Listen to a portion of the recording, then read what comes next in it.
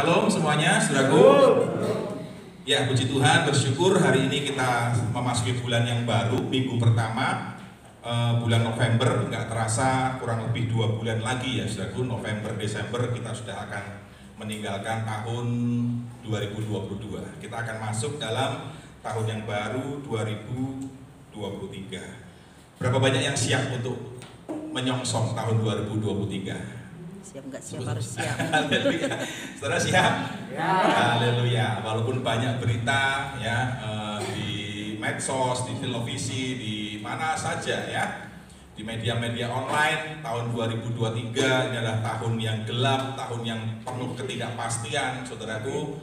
Tetapi percayalah, ada janji Tuhan ya, ada janji Tuhan, ada jaminan dari Tuhan Yesus untuk saudara dan saya. Amin.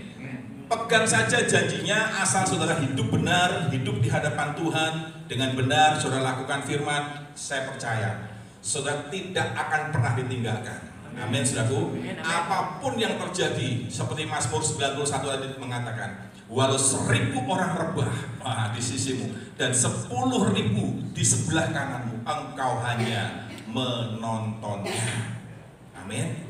Tapi pastikan saudara harus hidup di dalam firman Tuhan ya. Ketika saudara hidup di luar Tuhan, saudara hidup di luar kerajaannya, saudara akan tergoncang.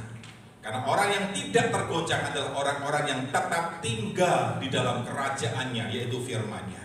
Nah, hari ini saudaraku, kita akan belajar bersama-sama tentang sebuah jalan hidup yang saudara harus perhatikan ya. Dan kita mau belajar dari sebuah contoh, yaitu yang dari Biliam nanti ya. Ada 3 jalan yang membawa saudara dan saya itu, kalau saudara jalan di jalan itu akan membawa kepada hukuman kekal. Itu akan membawa kebinasaan buat kita. Itu akan membuat sebuah perlindungan Tuhan gak nyata dalam hidup kita ya. Kita akan tergoncang saudara ketika saudara hidup di jalan 3 orang ini. Tapi kita akan sama-sama pelajari satu saja saudaraku, karena nggak mungkin semuanya, karena ini cukup padat ya. Dan saya sudah sharing di pastor message ya, tentang membedah kitab Yudas. Kitab Yudas ini cuma ada 1 pasal saudaraku ya, ada 1 pasal. Tetapi ketika saya mempelajari, saya berusaha untuk menyelami kitab ini mutiaranya itu begitu banyak saudaraku. Saya menemukan begitu banyak mutiara-mutiara firman yang luar biasa di dalam tulisan Yudas ini. Yudas ini bukan Yudas Iskariot yang mengkhianati Tuhan Yesus, bukan yang menulis ini. Ini yang menulis adalah saudaranya Yakobus. Yakobus itu salah satu murid Tuhan Yesus juga ya. Nah, saudaraku yang dikasih Tuhan, Yudas 1 ayat 11 mengatakan begini, celakalah. Nah, jadi kalau saudara ada di jalan orang-orang yang disebutkan ini, saudara akan mengalami celaka. Ini sebuah peringatan, celakalah mereka, yaitu saudara dan saya juga termasuk di dalamnya pada masa kini ya. Karena mereka, kalau saudara dan saya mengikuti jalan yang ditempuh oleh Kain, dan juga jalan yang ditempuh oleh Biliam, dan juga jalan yang ditempuh oleh Korah, 3 orang ini menjadi satu contoh yang serius, menjadi satu peringatan yang serius buat gereja Tuhan pada masa kini, saudaraku. Karena Yudas ini kitabnya ada di sebelum kitab Wahyu ya. Kitab Wahyu adalah kitab nubuatan tentang akhir zaman, tentang kedatangan Tuhan Yesus, tentang apa yang akan terjadi di masa depan ya, tentang pengangkatan gereja Tuhan, tentang penghukuman, tentang meterai-meterai, cawan murka Allah, semua dibukakan di kitab Wahyu ya. Bahkan sampai kepada di kitab Wahyu ada tahta putih ya, tahta putih, tahta KPK, kursi pengadilan Kristus. Ada juga nanti tentang akhir zaman, yaitu tentang ada perang Harmagedon, ada kerajaan 1000 tahun, itu dikupas semua oleh kitab Wahyu. Itu kejadian nanti di masa depan, tetapi sudah ditulis di dalam kitab Wahyu ya. Nah, Yudas ini tadinya semula dia akan berbicara banyak tentang keselamatan, tentang doktrin atau tentang konsep keselamatan. Tetapi ketika dia sedang mengerjakan itu, dia terdorong untuk lebih lagi menguatkan jemaat, menasihatkan jemaat supaya memperhatikan ya tentang keselamatan itu, supaya jemaat tahu tentang konsep yang benar tentang keselamatan.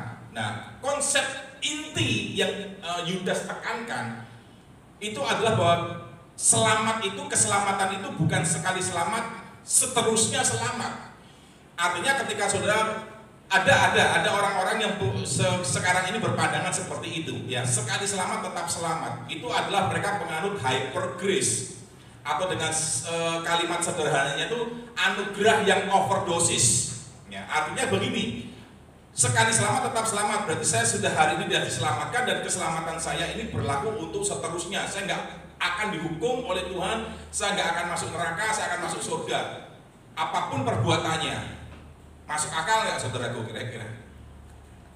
Masuk akal nggak? Ya, saudara, saya mau menstimulasi cara pandang saudara. Kira-kira pandangan ini masuk akal nggak bagi saudara? Kenapa tidak, saudaraku? Halo? Ya, karena nggak mungkin, saudaraku, sekali selamat berarti saudara begitu terima Yesus, percaya Yesus, kemudian saudara punya konsep sekali selamat tetap selamat, apapun yang saya perbuat, berarti saudara akan bisa berbuat apapun di luar firman dan saudara masih beranggapan akan selamat. Gak mungkin, saudaraku. Kalau demikian, ngapain kita ibadah? Ngapain kita baca firman? Ngapain kita berusaha, berjuang dengan sungguh-sungguh memperjuangkan iman kita? Mengapa? Ngapain kita berjuang dalam pertandingan iman di bumi ini? Yakobus kan bilang, bertandinglah dalam pertandingan iman yang diwajibkan bagi kamu. Kita harus memperjuangkan iman kita. Ngapain kalau sekali selamat tetap selamat? Makanya Yudas menekankan ini. Gak mungkin, itu salah. Jadi konsep keselamatan itu yang katakan sekali selamat selamanya selamat, itu sudah ada sejak zaman itu, saudaraku. Dan hari ini semakin terus bergulir, berkembang, bergema lagi, saudaraku. Dan ini akan menyesatkan banyak orang, menghancurkan cara hidup orang-orang untuk tidak lagi hidup sesuai dengan firman Tuhan. Yudas di situ memberikan contoh-contoh, ya, tentang Sodom dan Gomora, perhatikan itu, ya kan? Tentang ini, Kain, Bileam, tentang Korah. Mereka ini orang-orang yang, Korah itu orang-orang yang salah satunya dia punya mazmur loh, saudaraku. Dia menulis mazmur Korah loh, ya kan? Orang yang kenal Tuhan, orang yang hidup di jalan Tuhan, tetapi karena satu perbuatannya ini, ya bukan satu, ada beberapa, tapi yang ditekankan itu, ya. Tetap Korah mati, saudaraku, binasa, saudaraku, ya, karena pemberontakannya. Dia ditelan hidup-hidup, dikubur hidup-hidup tuh, bumi terbelah, dan dia ditenggelamkan di situ, saudaraku, karena memberontak kepada Musa, pemimpin umat Israel. Nah, banyak kan orang-orang jemaat masa kini pun merasa aman, merasa nggak apa-apa nih, ya, nggak usah dengerin apa kata pemimpin rohani, apa kata gembala, tuntunan firman yang dikhotbahkan, nggak usah dengerin, nggak perlu taat. Banyak, saudaraku, ya, hari-hari itu jemaat yang zaman now ini, zaman sekarang ini seperti itu, dan merasa aman, merasa nggak apa-apa. Itu ini nanti nih, ya, tapi kita nggak bahas dulu lah nanti ya satu. Tapi saya mau tekankan tentang Bileamnya ini. Ya, tentang Bileam, mari buka selanjutnya. Nah, yang terutama ini, kitab Yudas memperingatkan kita tentang cara hidup, jalan hidup yang membawa kepada hukuman kekal. Ya, lebih ditekankan lagi. Yang pertama, cara hidup, jalan hidup Kain, Bileam, dan Korah. Ya, tadi sudah. Next berikutnya. Nah, seperti apa jalan hidup Bileam itu? Berikutnya, klik. Nah, kita mau lihat, saya mau rangkum dulu, ya. Isinya, jalan hidupnya Bileam itu apa? Nanti kita jabarkan satu persatu, ya. Bileam itu jalan yang ditempuh oleh Bileam adalah dia memilih, dia memutuskan untuk menjadi seorang penenung. Penenung itu berhubungan dengan dunia gelap, dunia supranatural, okultisme, ya, semacam itulah pokoknya, ya. Ramal dan sebagainya, ya. Yang kedua, Bileam itu memutuskan aku berjalan sebagai seorang yang cinta uang. Yang ketiga, yaitu seorang yang senang menerima upah untuk perbuatan jahat. Jadi cinta uangnya dia wujudkan, dia aplikasikan, dia praktekkan dengan cara ini. Dia menerima upah untuk perbuatan jahat. Hati-hati saudaraku, hari-hari banyak loh di luar sana dan juga mungkin saja banyak juga di dalam gereja Tuhan.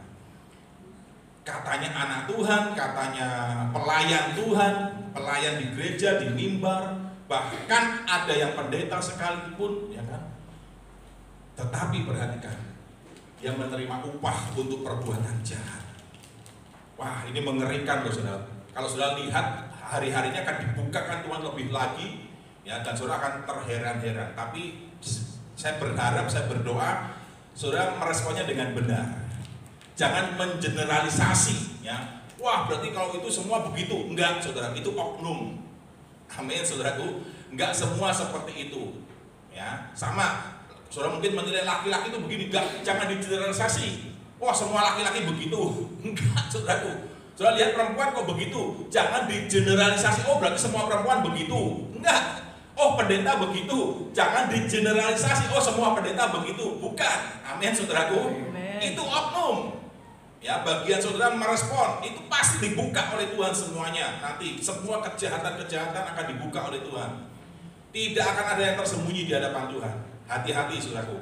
Makanya saya pun juga terus ada satu lagu yang nanti kita akan nyanyikan. Ini menjadi satu warning dan peringatan dan juga rema buat saya, yang berkata peliharalah dirimu demikian.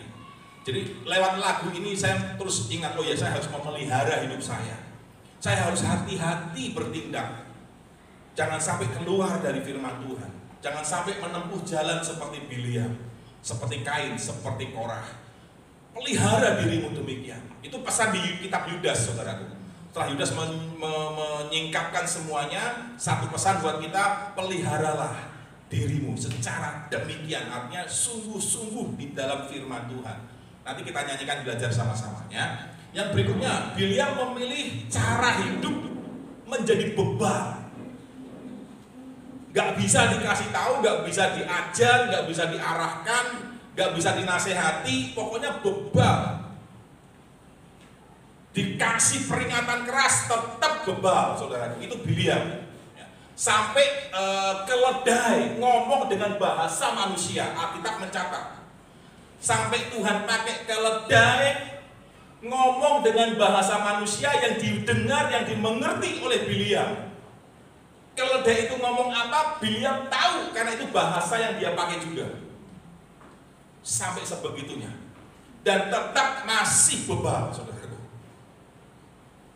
Haleluya.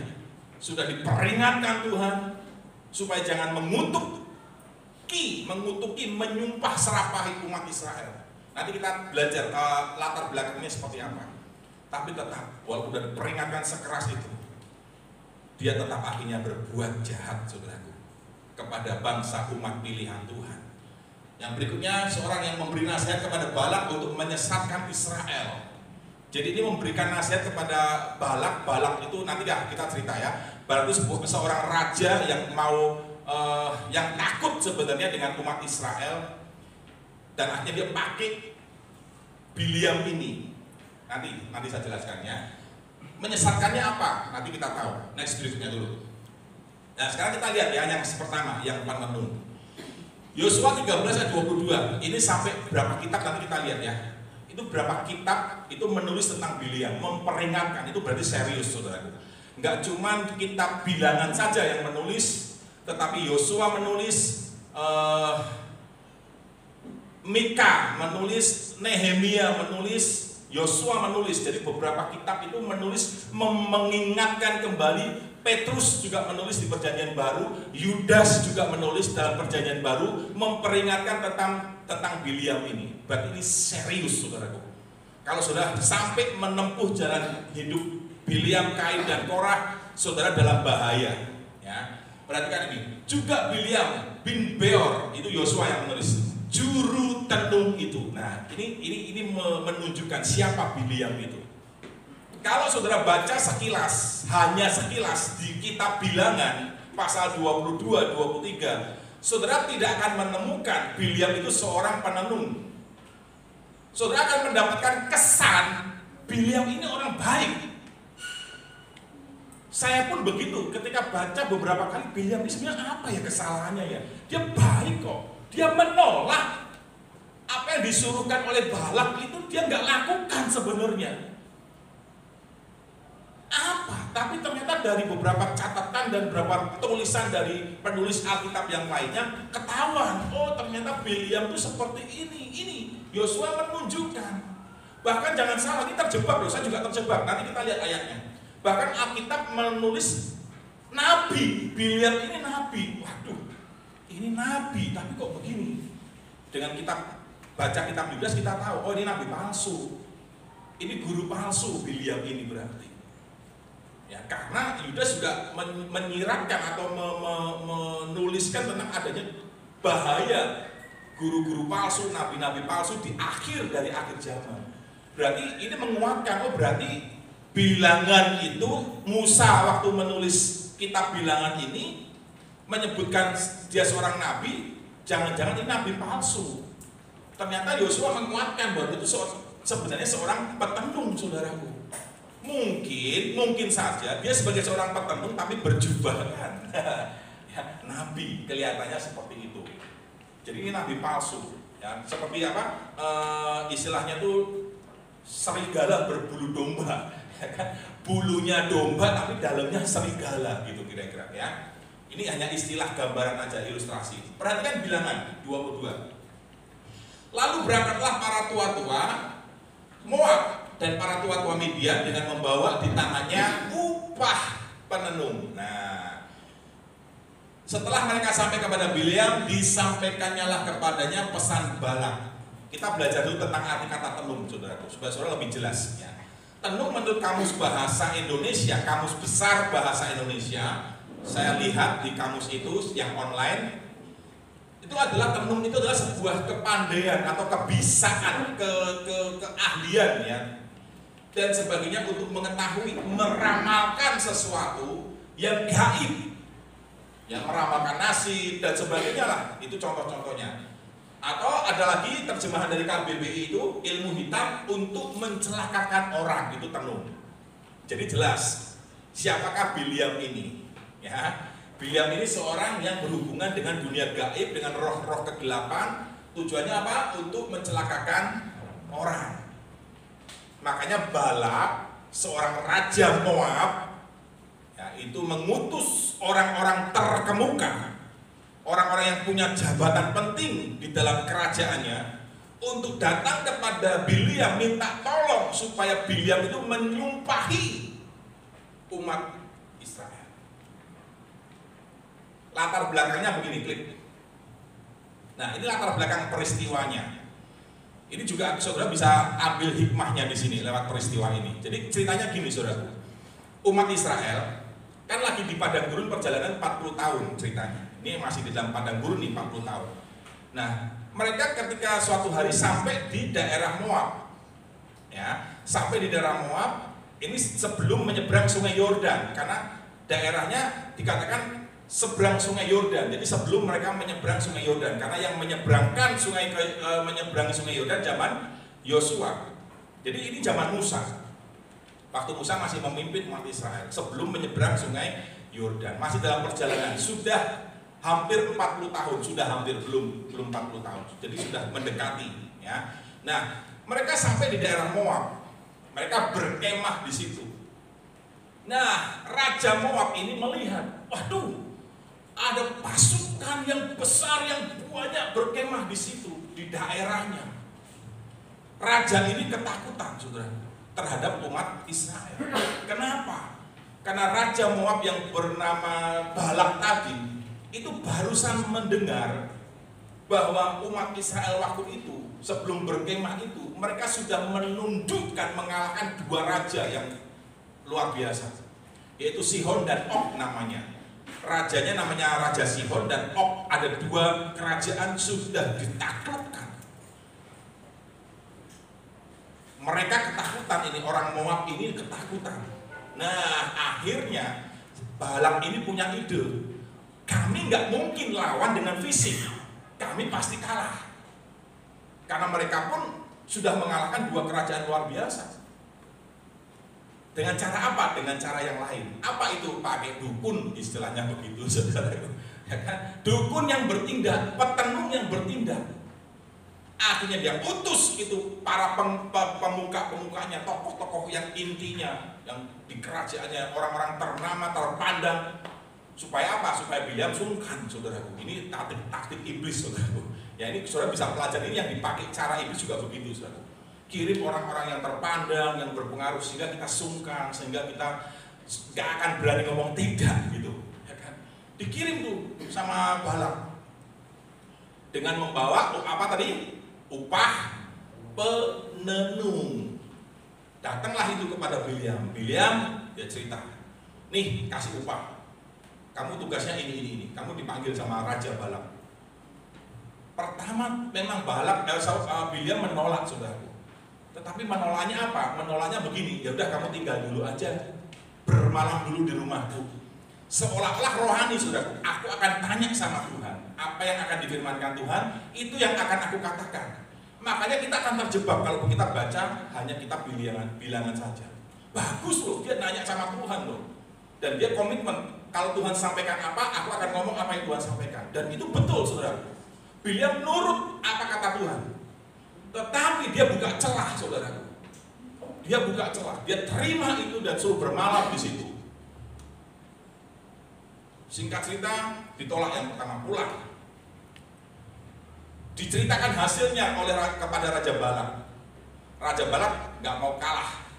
Kirim lagi yang lebih penting, tokoh yang lebih penting, yang lebih hebat, yang lebih berpengaruh. Lebih banyak pula lagi, saudara, jumlahnya. Banyak pula bawa upah penenung lebih banyak. Datang ke Bileam yang kedua. Singkat cerita, sama disuruh bermalam lagi, namun akhirnya Bileam ikut dalam rombongan mereka. Ketemu Raja Balak. Ini udah buka celah, saudara. Celahnya semakin lebar. Tadinya hanya terima di rumahnya, suruh bermalam. Sekarang yang kedua lebih besar lagi, celah terbuka. Dia ikut, saudara. Padahal Tuhan dah bilang jangan. Tuhan dah bilang jangan. Memang dia mengatakan kepada mereka utusan, Tuhan ngomong nggak boleh. Aku nggak bisa menyumpahi umat pilihan Tuhan. Aku nggak berani. Tapi toh tetap dia ikut, saudara. Singkat cerita, bahkan oleh Raja Balak, Bileam ini dibawa ke puncak-puncak gunung.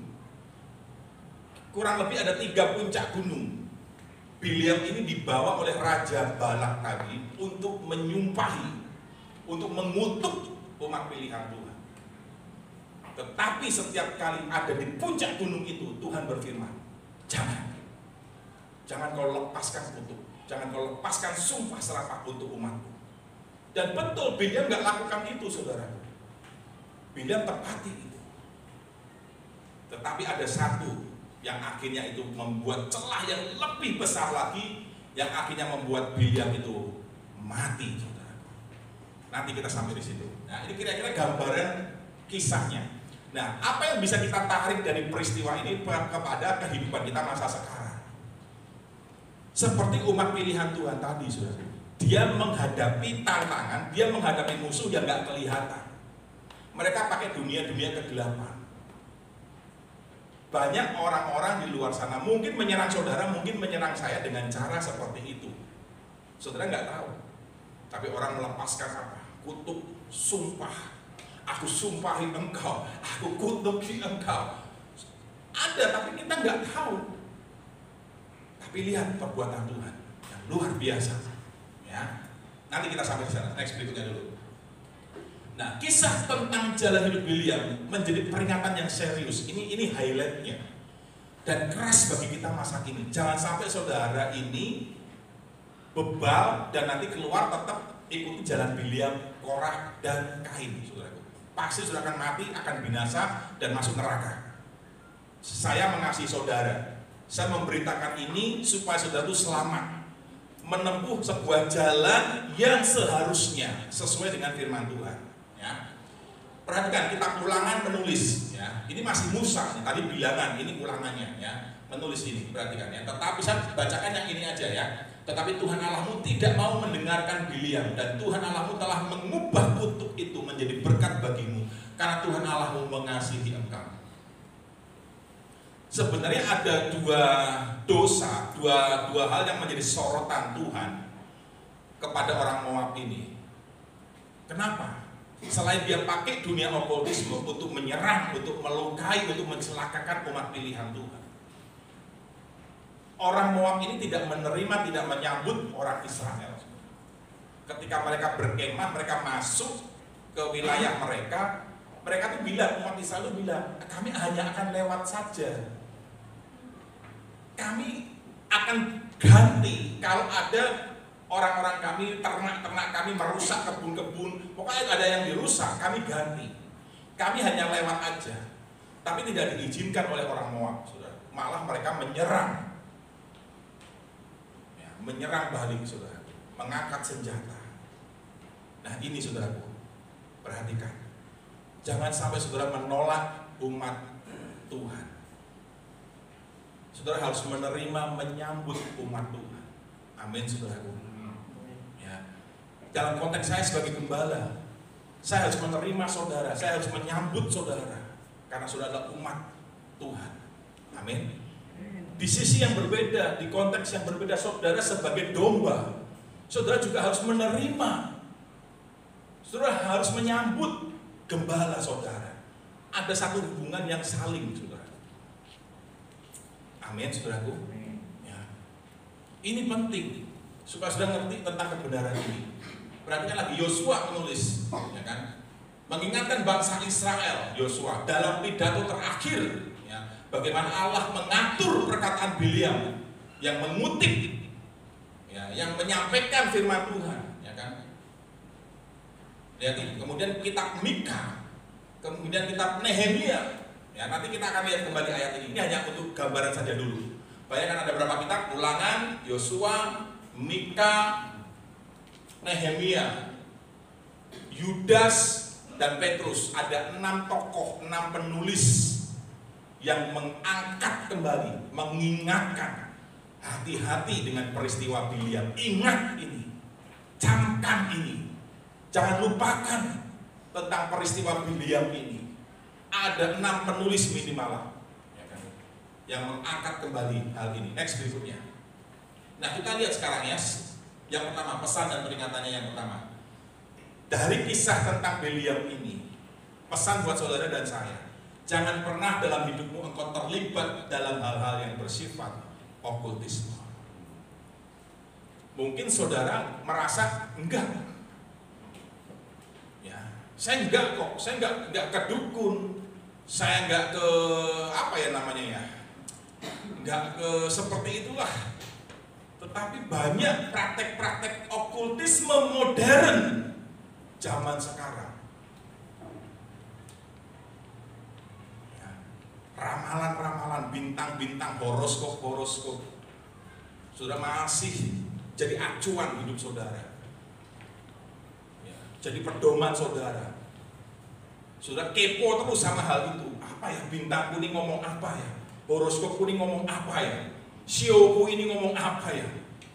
Daripada sudah dengar firman Tuhan, ya kan? Itu praktek okultisme zaman modern, saudara.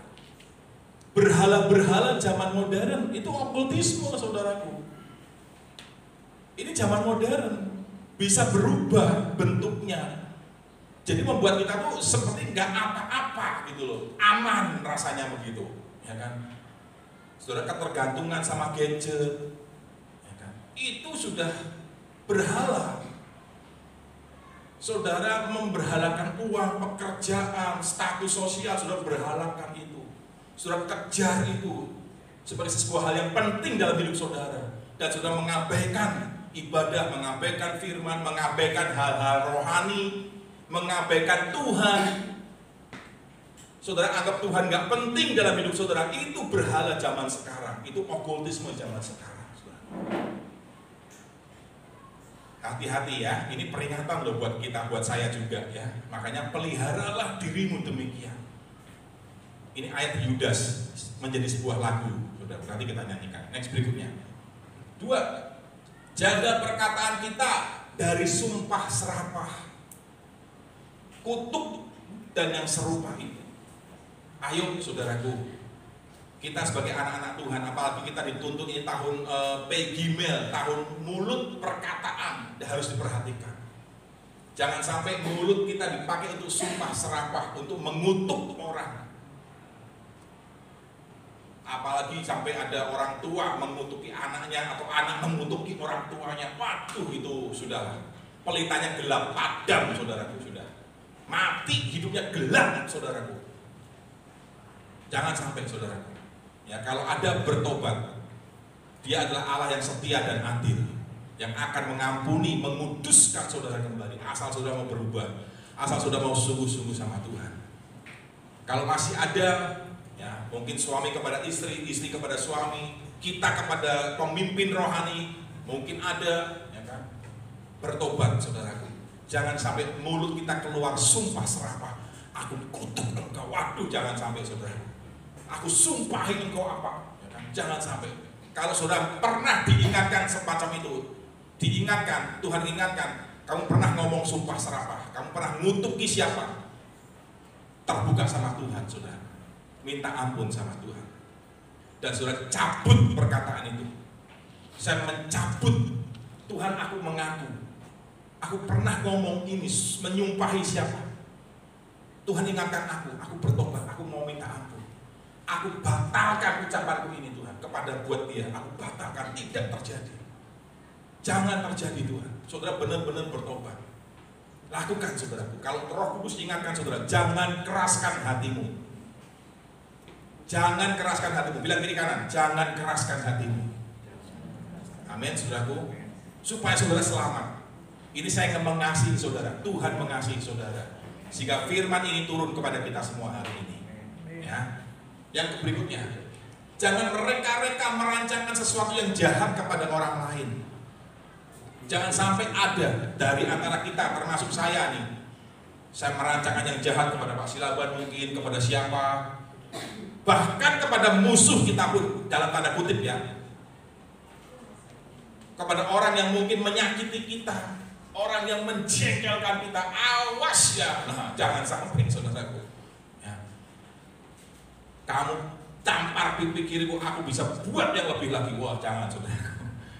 Amin. Ya, itu kesombongan yang luar biasa saudaraku. Ya, ini jangan sampai mereka-reka. Nanti aku akan buat kamu begini, begini, begini. Kita atur strategi supaya dia terperosok di dalamnya. Kita mungkin fitnah dia, kita jelek-jelekkan dia, kita ngomong yang enggak tentang dia. Jangan sampai saudaraku. Jauhkan, jauhkan, jauhkan. Amin. Siap saudaraku. Ya, jauhkan itu dari mulut kita. Kalaupun, nah ini saya pernah ngomong di pool, kalaupun saudara tahu tentang seseorang, ya kan? Jangan sampai dari mulut saudara tersebar itu. Amin. Kebanyakan kita cenderung pembawa berita pertama, seneng bangga gitu ya kan. Kebanyakan orang kan begitu kan, seneng kalau yang pertama paling tahu tuh seneng banget. Wah, kamu hebat ya, kamu pembawa berita yang paling up to date gitu. Rasa bangga itu banyak loh orang-orang model begitu saudara. Jika begitu dia terima berita yang pertama langsung tuh nggak, ya dalam tanda kutip gatal untuk nggak cerita sama orang lain saudara, ya kan. Tapi kita enggak rem saudara, direm, amin, direm saudara. Ya, jangan sampai mereka merancangkan sesuatu yang jahat kepada orang lain. Seperti tadi Balak merancangkan yang jahat sampai pakai dunia okultisme saudara. Jangan. Saya percaya saudara gak akan lakukan ini, amin. Tapi ini buat peringatan. Jangan sampai saudara terdesak. Saudara lakukan ini, jangan sampai. Apapun kondisi saudara, pegang, pelihara hidupmu demikian. Next berikutnya. Biliam cinta uang. Ya, saudara mungkin nggak merasa cinta uang. Enggak, saya nggak cinta uang. Saya cinta istri, saya cinta suami, saya cinta Alkitab, saya ibadah. Hati-hati loh, 1 Timotius pasal 3, keadaan orang pada akhir zaman. Pada hari-hari terakhir akan ada masa yang sukar. Masa yang sukarnya bukan masalah ekonomi, saudara. Masalah yang sukarnya disebutkan di situ.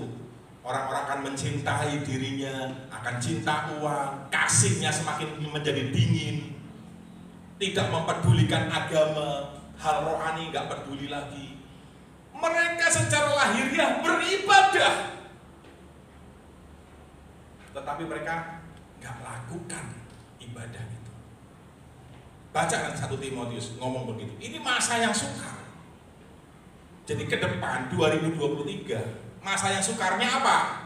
Krisisnya apa? Krisis karakter. Saudara akan ketemu dengan orang-orang yang karakternya sangat menjengkelkan, sangat buruk, saudara. Susah diatur, susah dikasih tahu, maunya sendiri, seenaknya sendiri. Akan ketemu itu. Dan jangan sampai, nggak mungkin di gereja, nggak mungkin, siapa bilang, saudaraku. Di gereja justru banyak, saudaraku. Ya kan?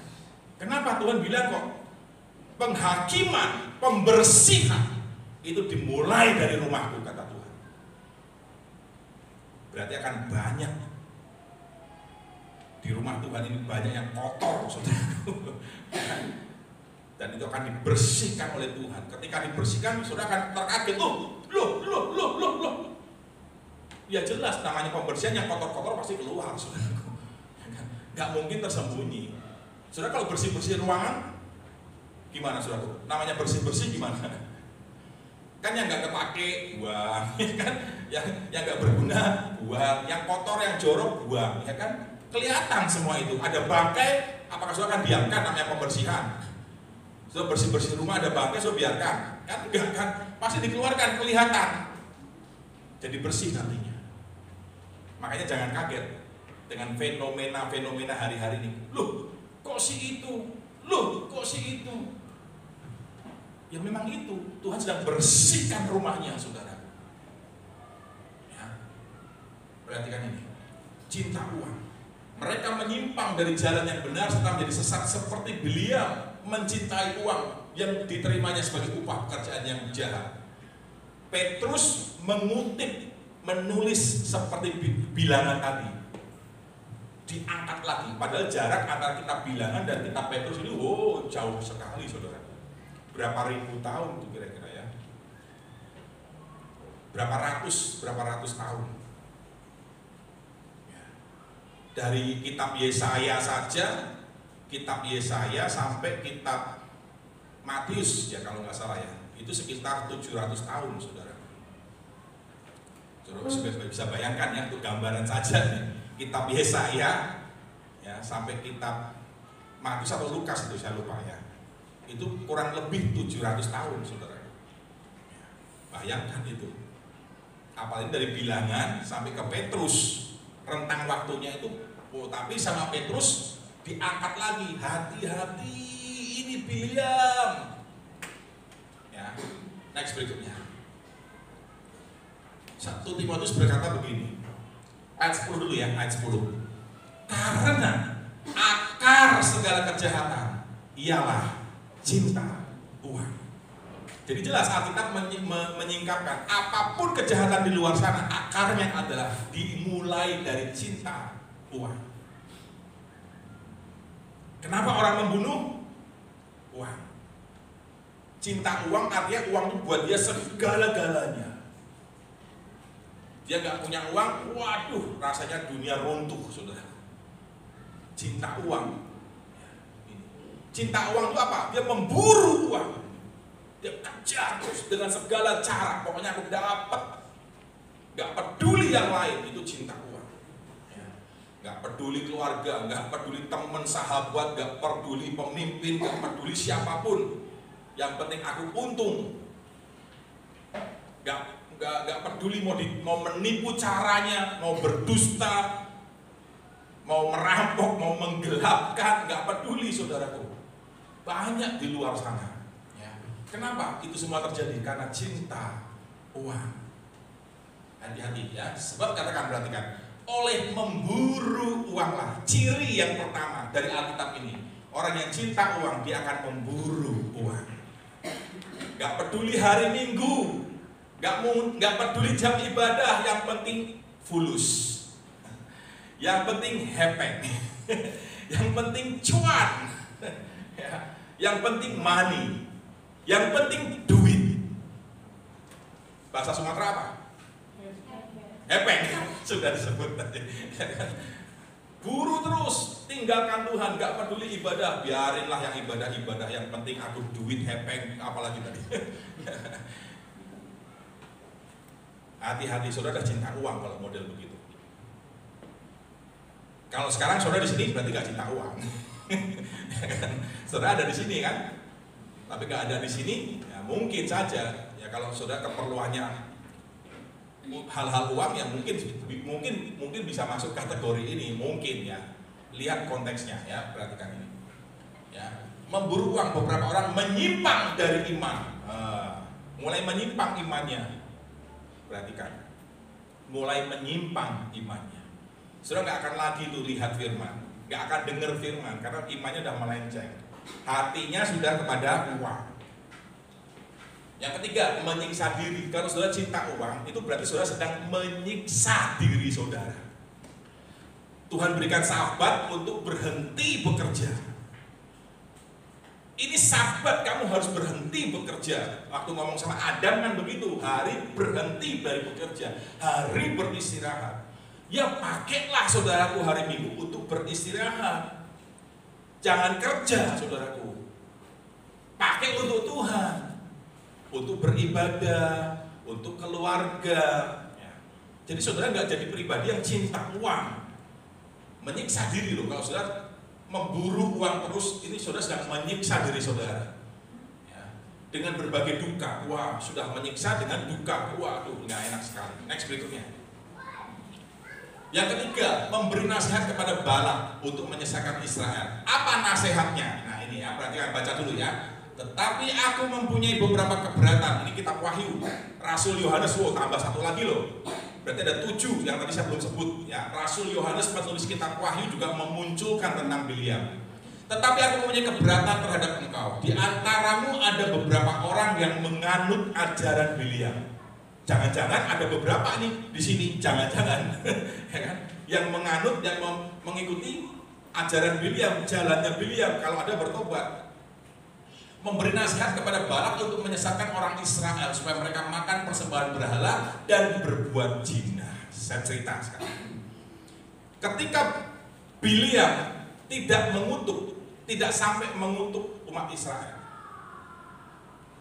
dia tetap terima itu upah, tapi dia pakai cara yang lain, saudara.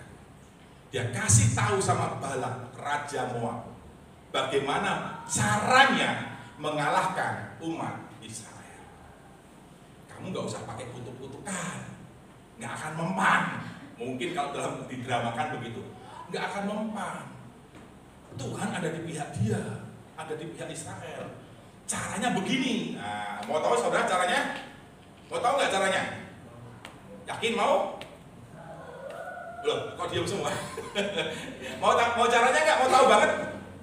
Mau tahu atau mau tahu banget? Mau tahu banget. Bileam ngasih nasihat sama Balak begini.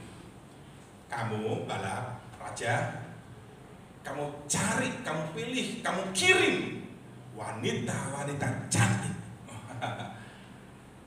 kepada orang Israel. Akhirnya apa saudara? Dikirim itu. Supaya apa? Supaya mereka bercampur. Mereka bercampur, saudara. Orang-orang Israel jatuh cinta sama perempuan-perempuan dari orang Moab. Orang-orang yang tadi hidupnya okultisme, penyembah berhala, tidak hidup percaya kepada Tuhan yang disembah oleh umat Israel. Allah Abraham, Allah Ishak, Allah Yakub Israel. Singkat cerita, perempuan-perempuan tadi yang dari Moab tadi mempengaruhi kehidupan umat Israel. Mereka menikah, mereka jadi satu keluarga, dan istri-istri ini menarik mereka tidak lagi menyembah kepada Tuhan. Mereka ikut dalam ibadah cara mereka. Mereka menyembah berhala-berhala mereka dan makan makanan yang dipersembahkan kepada berhala-berhala itu. Itulah dikatakan makan persembahan berhala. Dulu saya pernah seperti itu, karena saya nggak tahu, saudara. Dalam adat istiadat, ya, keluarga saya dulu, walaupun sudah Kristen, tetapi masih ada terkontaminasi, saudara, dengan yang lain. Kalau ada yang meninggal, apalagi orang tua kita, waduh, ya itu benar-benar disembahyangin, dikasih meja makan persembahan apa, makanan apa, ya kan? Terus lempar apa namanya koin, ting, cup, datang nih, datang. Ya kan? Ada sudah ada, lagi makan, katanya begitu. Setelah makan, kita yang habis itu yang di meja itu, yang sudah dipersembahkan kepada yang mati tadi. Kita makan. Itu namanya makan persembahan berhala, saudaraku. Ya sekarang sudah enggak, saudara. Itu aduh, itu ternyata membuat Tuhan tuh, waduh, rasanya tuh sakit banget, saudaraku. Apa, saudaraku? Ya rasanya tuh Tuhan berduka, aduh.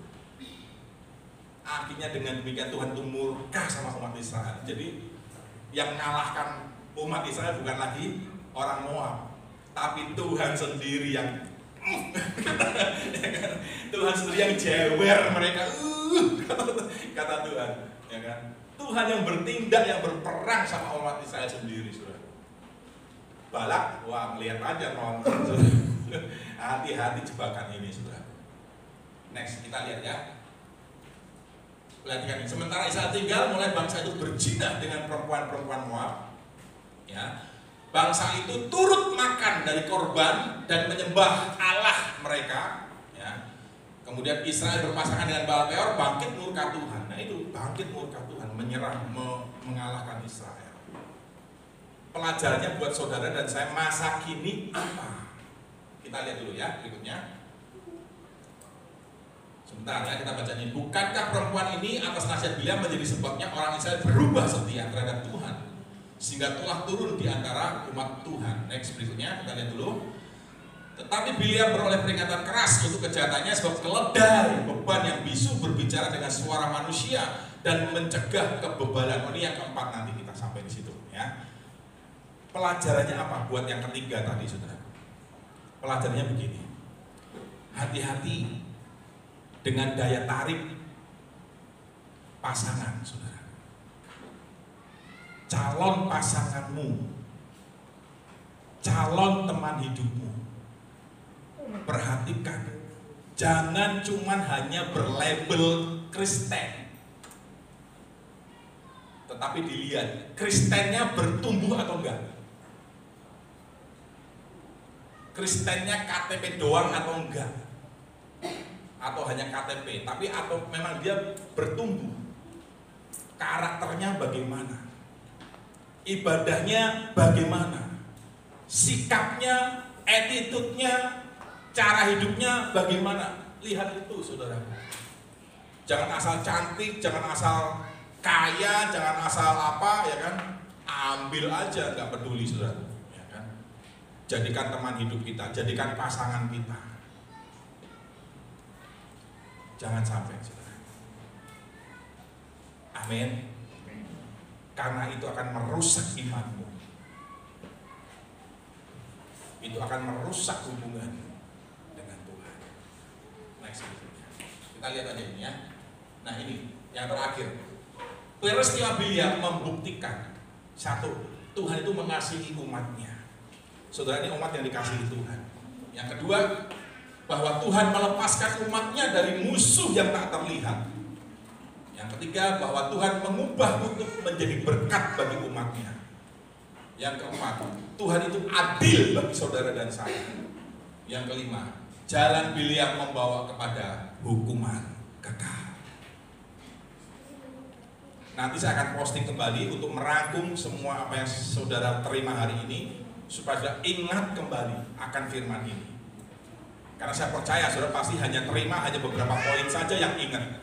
Tapi nanti saya akan posting lagi, ada YouTube juga, nanti disiarkan di YouTube juga, saudaraku, diposting di YouTube. Sudah dengar lagi, ya, dengar lagi, saudaraku, supaya ini menjadi peringatan buat kita semuanya.